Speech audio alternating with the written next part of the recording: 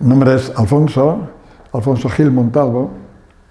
Nací aquí en Ferrol el 26 de marzo. Renací el 11 de abril de 1939. Bueno, cuando hablo de renacer, te explico, entiendes que es el bautismo. De hecho, es el nacimiento que celebro y que me gusta. Acepto las felicitaciones más el día del renacimiento que el primero. Mis estudios pues, han sido 4 años de filosofía en Salamanca, 4 años de teología en Roma y después ya puestos a trabajar aquí en la diócesis. ¿Qué decir sobre la vida de Rovirosa? Mira, todas las personas tenemos la historia, una historia personal. Y todas las personas tenemos valores y tenemos singularidades, etc. Pero ciertamente hay personas que nos llaman la atención y personas cuyas capacidades realmente son admirables y cuya vida, cuya historia pues, ha tenido pues, un proceso peculiar. Y ha dejado una huella que nos ha hecho mucho bien a muchos, ¿no? Rovirosa es una persona, bueno, por situarlo, él nace a finales del siglo XIX, en 1897. Él nace en una familia religiosa, una familia normal, nace cerca de Barcelona, Vilanova de la Geltrú. Su madre es cristiana, piadosa, su padre es un hombre honesto, un hombre bueno, clase media. Él estudia en un colegio religioso. Su madre, poco después de su nacimiento, queda inválida. Muere cuando... Bueno, su padre muere primero, cuando él tiene 9 años. Su madre muere cuando él tiene 18 años. Tiene una infancia como tantos niños, piadoso, etc. Cuando es adolescente y cuando llega a la edad de 18 años, abandona la fe.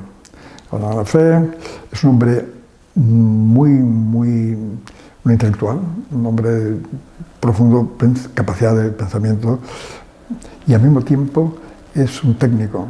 Es una persona, él va a estudiar concretamente ingeniería en la rama un poco de electricidad y de mecánica aplicada, ¿no? Y conoce a Einstein, curiosamente, está acabando los estudios allí, en el Centro de Estudios de Barcelona, y Einstein visita ese centro y, según dicen, manifiesta que de los recuerdos que lleva de España, el encuentro con ese grupo en el cual está... de estudiantes en el cual está Rovirosa, que le ha impresionado, ¿no? Bien. Se casa con una joven, se llama Catalina, precisamente. Catalina allí también catalana, por allí. Termina la carrera y se van a trabajar a París. Él ha abandonado la fe a los 18 años, todavía estudiante, lógicamente, e incluso es hostil contra la Iglesia. La Iglesia pues, ha embaucado a la gente, la Iglesia no... Y en su búsqueda pues, visita pues, ideologías, filosofías, movimientos religiosos del momento, ¿no? E incluso el espiritismo y la teosofía y un montón de cosas que en el fondo todo le acaba defraudando, ¿no? Al final llega a la conclusión de que solamente la ciencia asegura la verdad y solamente lo que se comprueba pues, es fiable y todo lo demás pues, es invento. Bueno. Se van a trabajar a París. Y allí, casualmente, un día pasa por la calle y se encuentra un montón de gente a la puerta de una iglesia. ¿Qué es lo que pasa? Pregunta. Y le dicen, porque está el cardenal, el obispo de París, está haciendo la visita pastoral y está hablando en esta parroquia. Entonces a él le pica la curiosidad, quería ver cómo era ese cardenal. Le llamaba la atención de que él mismo, el cardenal, estaba encargando la construcción de templos en los barrios obreros que estaban multiplicando. Estamos exactamente en el año 32, 1932. Él tiene entonces 35 años. Entonces, pues que estaba encargando la construcción de los templos a un arquitecto rompedor, vanguardista, de primera línea. Vale. Y entonces él entra para ver. Dice, pero entré para ver, pero escuché, oyó lo que en aquel momento decía. Y en aquel momento estaba diciendo, un cristiano es un especialista en Cristo. Un buen cristiano es un buen especialista en Cristo. Igual que un oculista es un especialista en ojos, un cristiano es un especialista en Cristo. Marchó. Pero esa frase le quedó grabada. Él había aprendido de su padre a ser sincero, a decir la verdad siempre, y a vivir con la verdad. Eso era, para él, era clave, ¿no? Entonces se dio cuenta de que él estaba negando lo que no conocía. Pero yo, ¿qué conozco de Jesús? Sé que yo no lo conozco. Y entonces se plantea el conocer a Jesús. Si lo voy a negar, lo voy a negar con conocimiento, pero realmente negarlo sin haberlo conocido tampoco es honesto. Y entonces empieza a interesarse y a leer publicaciones sobre Jesús, etc. Hasta el punto de que, de alguna manera, pues Jesús le atrae como hombre, lógicamente, y que la historia de Jesús le gusta. Y le atrae, pero claro, de ahí a pasar que sea Dios con nosotros, que sea el Hijo de Dios, eso no entra. En ese momento es otoño del 33 ya, y ha sido un año de búsqueda y vuelven a España, al Escorial, concretamente porque él necesita curarse. Él había tenido de joven una hematisis y había estado con problemas pulmonares graves, ¿no? Entonces, en aquel momento estaba de nuevo tosiendo con sangre, entonces decide irse unos meses al Escorial, recuperarse para volver, ¿no? En el Escorial, la mujer conoce a los agustinos que están en el Escorial. Estaban allí en un piso, ¿no? La mujer va a las celebraciones, al monasterio, conoce a uno de los religiosos, Padre Fariña, que le gusta y le anima al marido. Le dice, oye, ¿por qué no hablas con él? Y Fariña, pues el Padre Fariña le entrega la autobiografía de San Agustín, las confesiones de San Agustín. Entonces él le dice, bueno, tú te lo lees y después hablamos, ¿no? Entonces, él empieza a leer el libro, ¿no?, de San Agustín. Dice, cuando yo leo un libro me peleo con el autor. Pues sí, no, pues, o sea, como que dialoga interiormente, ¿no? Dice, pero al llegar a la parte, al capítulo 7, ya él se estaba viendo San Agustín, tuvo un proceso de conversión largo, prolongado, se estaba viendo a él mismo, ¿no? Estaba leyendo en San Agustín lo que él estaba pasando, ¿no? Y entonces pues, decide ya clarificarse y dar el paso y responder, ¿no?, y acoger, ¿no? Y dice, en la Navidad del año 33 hice mi primera comunión. y ahí tanto él como su esposa pues hacen como un compromiso con Dios, ¿no? Diciendo, pues nosotros nos dedicaremos al apostolado con tal de que tú, el Señor, tú nos cuides, simplemente que no nos falte lo fundamental, simplemente lo fundamental, lo básico, ¿no? Bueno, y allá van. Piensan volver a París, pero se encuentran en Madrid, ya de regreso, se encuentran con un amigo de Barcelona que les dice de una empresa de Barcelona que está montando una sucursal en Madrid, que a lo mejor le interesaba. Efectivamente, pues se queda a vivir en Madrid. Y en Madrid coge la guerra. Esto fue en el año 33, principio del 34, y ahí le coge el 36 la guerra civil. Y entonces está trabajando allí en esta empresa, ¿no? Los obreros lo eligen a él como presidente del comité de empresa. Había que hacerlo, cada empresa tenía que, en aquel momento, ¿no?, a finales del año 36 en Madrid. Y curiosamente, ese nombramiento, terminada la guerra, será ocasión de que le hagan un juicio y que le condenen a 6 años y 1 día de prisión, porque había sido presidente del comité de empresa en aquella empresa, en Madrid, en aquel momento, ¿no? Él, en Madrid, durante la guerra, pues tiene conocimiento de la doctrina social de la Iglesia. Conoce la reflexión, sobre todo hecha por los jesuitas, en torno a lo que es el pensamiento social a partir del Evangelio, ¿no? Y eso le convence. El contacto con los trabajadores en la empresa, el contacto con otros detenidos en la cárcel, los meses que está, le hace conocer la realidad obrera. Y descubre pues, que el camino por el que el Señor le va indicando es la dedicación a la transmisión de la fe al mundo obrero, ¿no? Terminada la guerra, pues él se pone a trabajar en la parroquia en la que vive.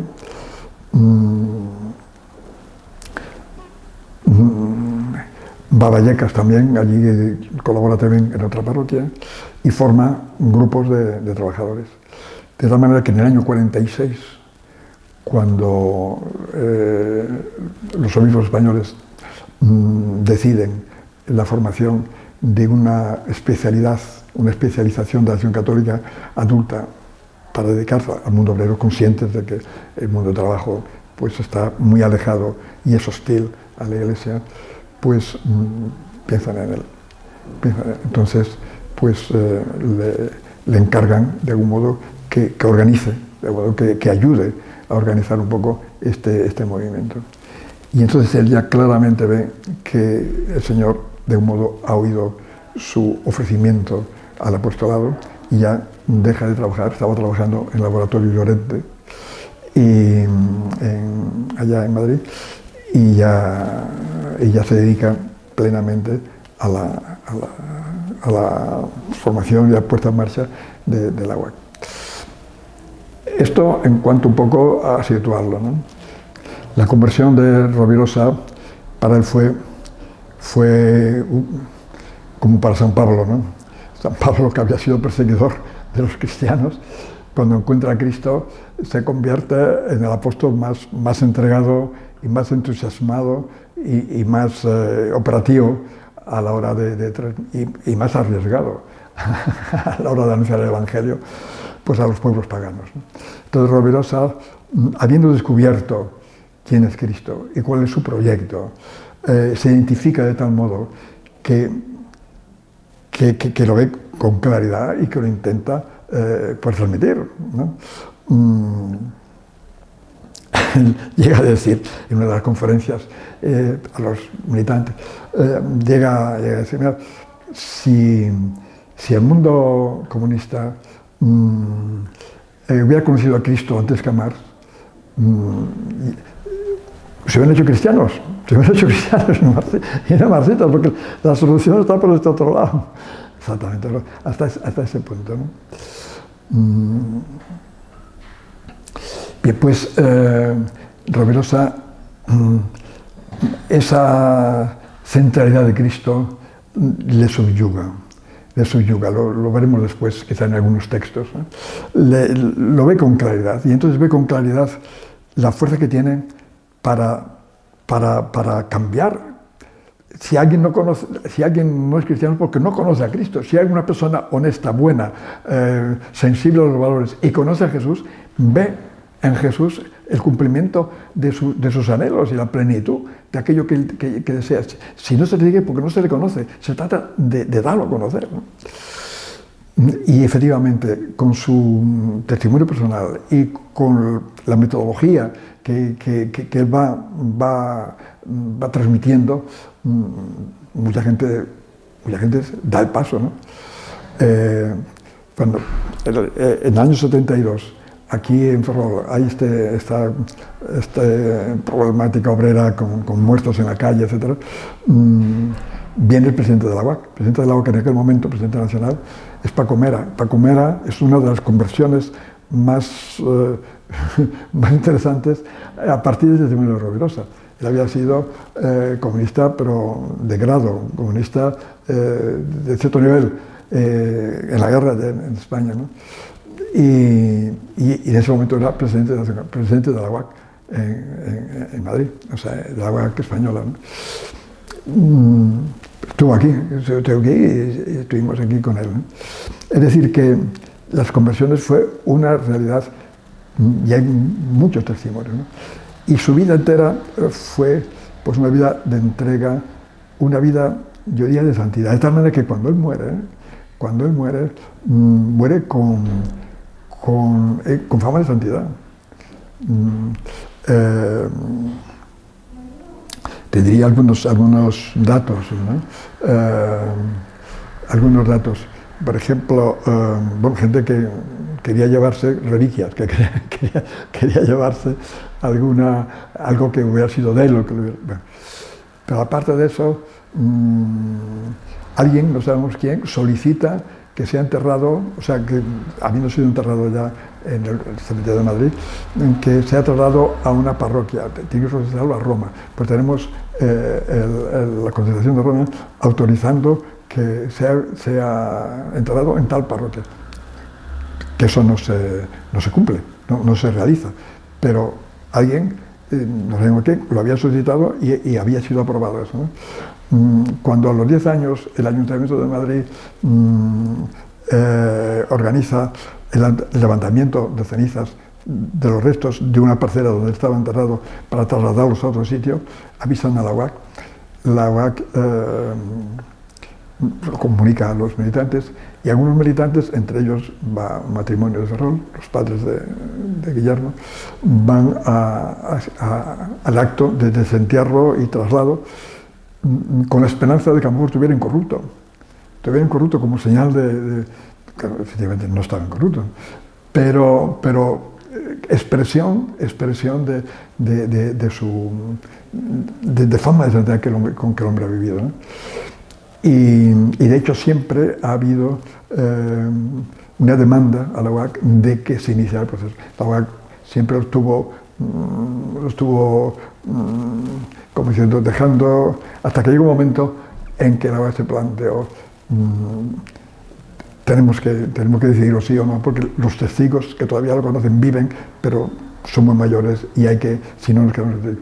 Entonces, pues la opción que se tomó fue, efectivamente, el Papa por aquel momento fue cuando el cambio de siglo, el cambio de milenio. El Papa había invitado a toda la Iglesia a reconocer que también el siglo XX había sido un siglo de santidad, ¿no? Como los primeros tiempos del cristianismo, ¿no?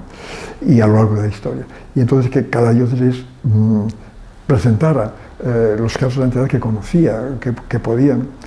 Y entonces pues la UAC decidimos pues el hecho de iniciar el proceso, más que nada por dar a conocer un testimonio de santo laico, casado, laico en el mundo obrero, intentando en un momento peculiar de enfrentamiento social en el país, entre izquierdas y derechas, entre el mundo obrero y la gente situada. Y este hombre que está justamente intentando llevar a la Iglesia a un mundo obrero que desconoce a la Iglesia e incluso acercar el movimiento obrero, la mentalidad obrera, la riqueza del mundo obrero a la sociedad y que sea reconocida, ¿no? Y esto era importante, esta figura, pues para muchos países que no tenían ocasión de conocerlo, ¿no? Entonces se inició el proceso, ¿no? Y el proceso está en marcha. En este momento toda la recopilación de datos, de testimonios, de escritos está efectuado. Todo esto está concretamente en Roma y se está un poco a la espera de que eso pues se estudie, se analice y bueno, se vaya, sea como sea, todo este proceso ha supuesto la recuperación de la memoria y del testimonio de Rovirosa también al interior de la UAC, porque habían pasado muchos años, mucha gente no lo conocía y de esta manera pues sí se ha dado a conocer al interior y más allá de la UAC, y eso es muy positivo.